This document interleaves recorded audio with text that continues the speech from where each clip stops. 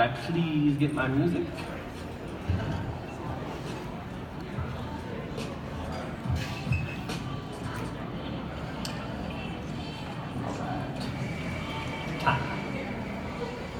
Hi judges, thank you so much for being here. Thank you for giving up your time to help promote excellence in coffee and give opportunities for advancement for coffee professionals. My name is DeCou. I'm competing as an independent competitor, but I'm very grateful for a lot of help and support I've had to get me here to help represent myself. Before I talk about my brewing method and some more specific details on the coffee that I'm using, I just wanted to give 3 highlights to why I chose this coffee. First, my personal experience with the coffee. Second, the way that it was dispersed among cafes in the United States. And third, why that matters for the specialty coffee industry. So my first time trying this coffee was actually at Augie's Coffee Roasters in Southern California. And it struck me as a uniquely sweet Kenyan coffee. I had never tried a Kenyan coffee that was quite as sweet as this one. So the uniqueness of this coffee's sweetness and then the amount of coffee that I drank for the next couple of months actually enabled me to identify this coffee in a blind cupping at the US Coffee Championship prelims for coffee selection. When I narrowly missed qualifying for this one, I kind of became a little obsessed with brewing this coffee better. So I wanted to find out more about why it's good. I found out that this was primarily brought into the United States by Kuma Coffee in Seattle, Washington. And they actually shared the cost of this offering with several other coffee companies, including Augie's Coffee Roasters in Redlands, California, and Case Coffee in Ashland, Oregon. So why does that matter? Why is that important?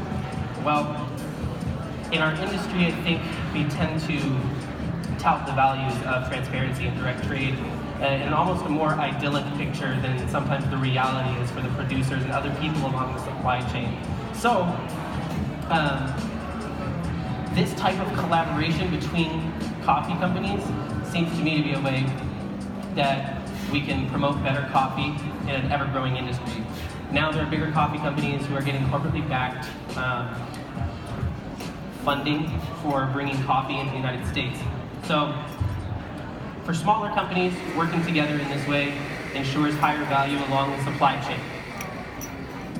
Everywhere from producers to importers, coffee roasters, and eventually also to our customers in our cafes.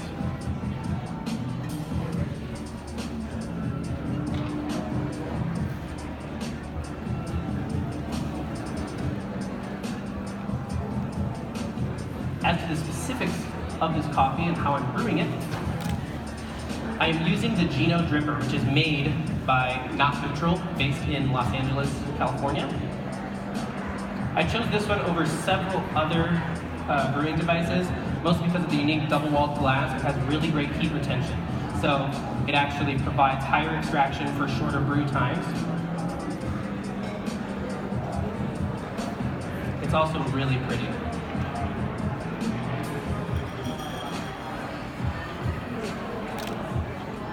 My recipe for this coffee is 28 grams of coffee for a total yield of 405 grams, giving us a brew ratio of 1 to 14.46.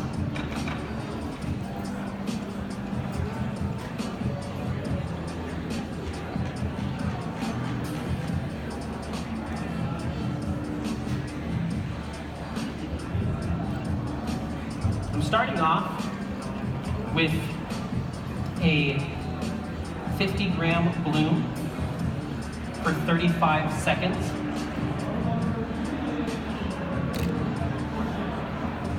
Which really kind of opens this coffee up.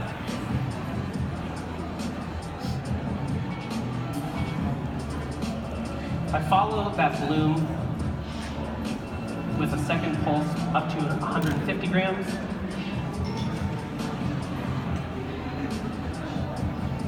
Third pulse up to 250 grams.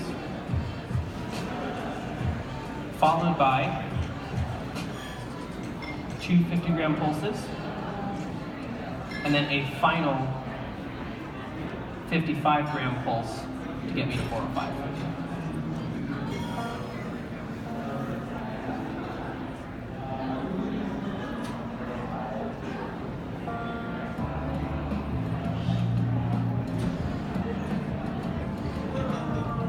over some specific details on this coffee. It comes to us from multiple smallholder farmers in Murang'a County, Kenya.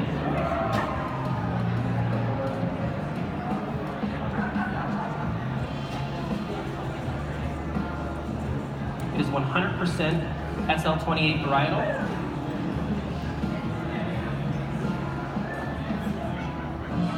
It is a fully washed process coffee. And it is very delicious. Please excuse me while I finish brewing.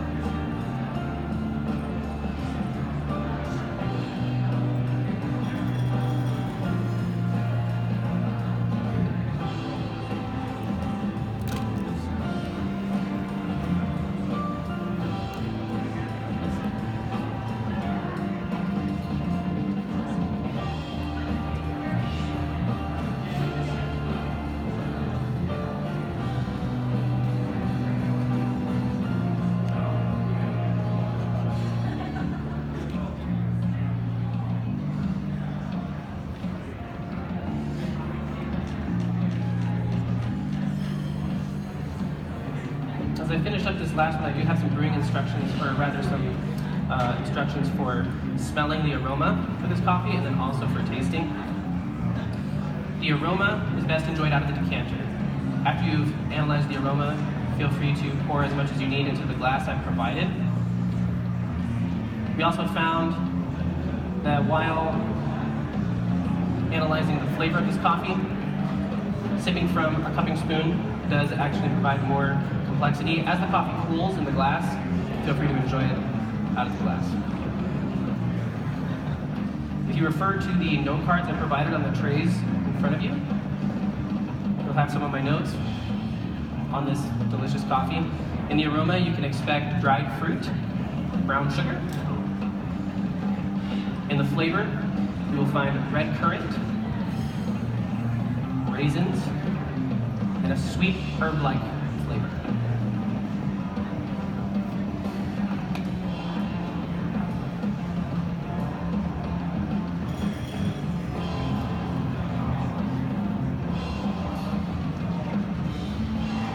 The acidity of this coffee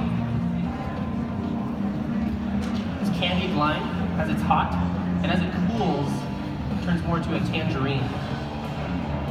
The body of this coffee is very silky while it's hot, and as it cools, it gets super juicy. It is balanced throughout the whole way, with sweetness and acidity playing very well together. It has an aftertaste of cane sugar, raisins,